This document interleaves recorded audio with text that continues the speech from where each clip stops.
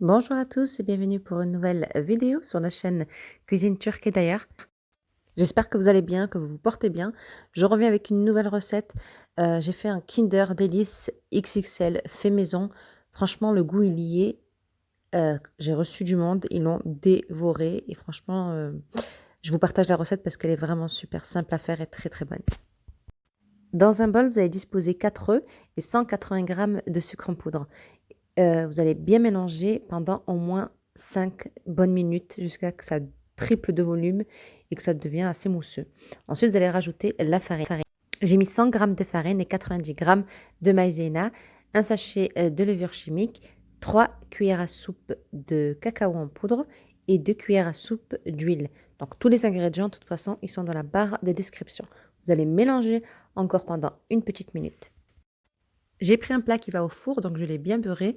Donc mon plat, il mesure 29 sur 19. J'ai préchauffé mon four à 180 degrés. La cuisson va se faire entre 20 et 25 minutes, peut-être plus.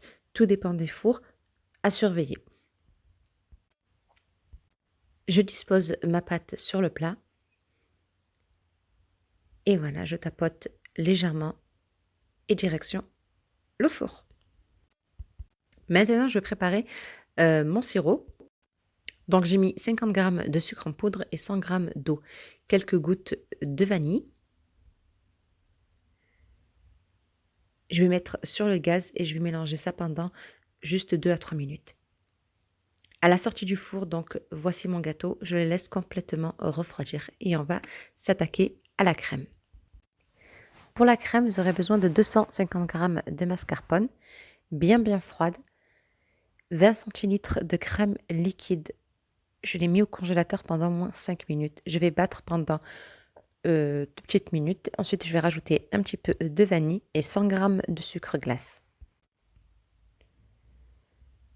Et au batteur pendant 3 minutes. Voilà, la crème elle tient super bien. Je goûte et c'est parfait. Donc là, mon gâteau, il a complètement refroidi. C'est important, il faut qu'il soit vraiment très très froid.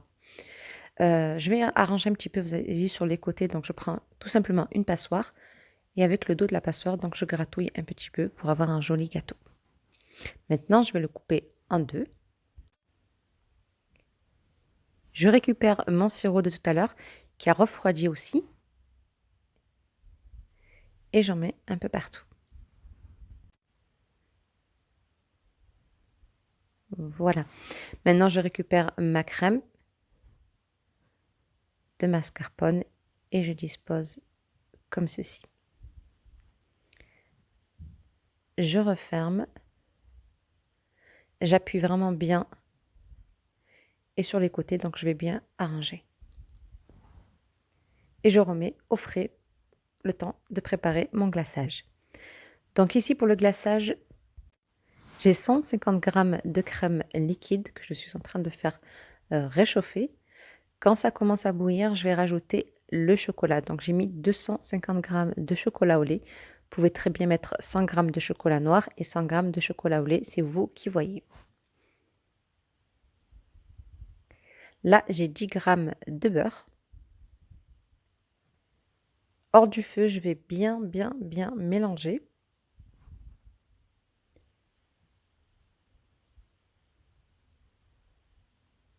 Jusqu'à que mon beurre va fondre complètement.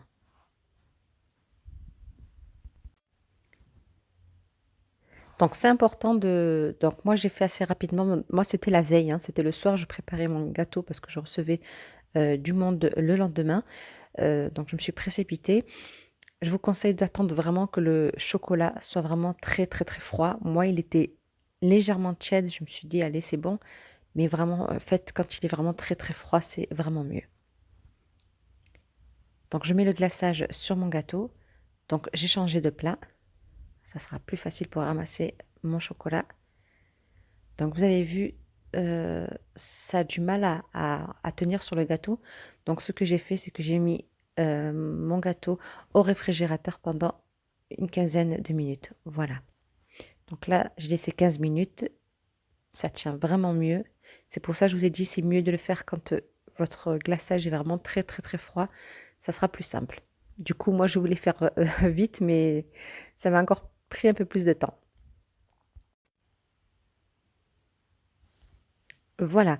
Maintenant, j'ai gardé un tout petit peu de chocolat. Ça sera pour la décoration. Donc, je l'ai mis sur un petit sachet que j'ai disposé donc au congélateur pendant au moins 5 petites minutes. Voilà, comme ceci.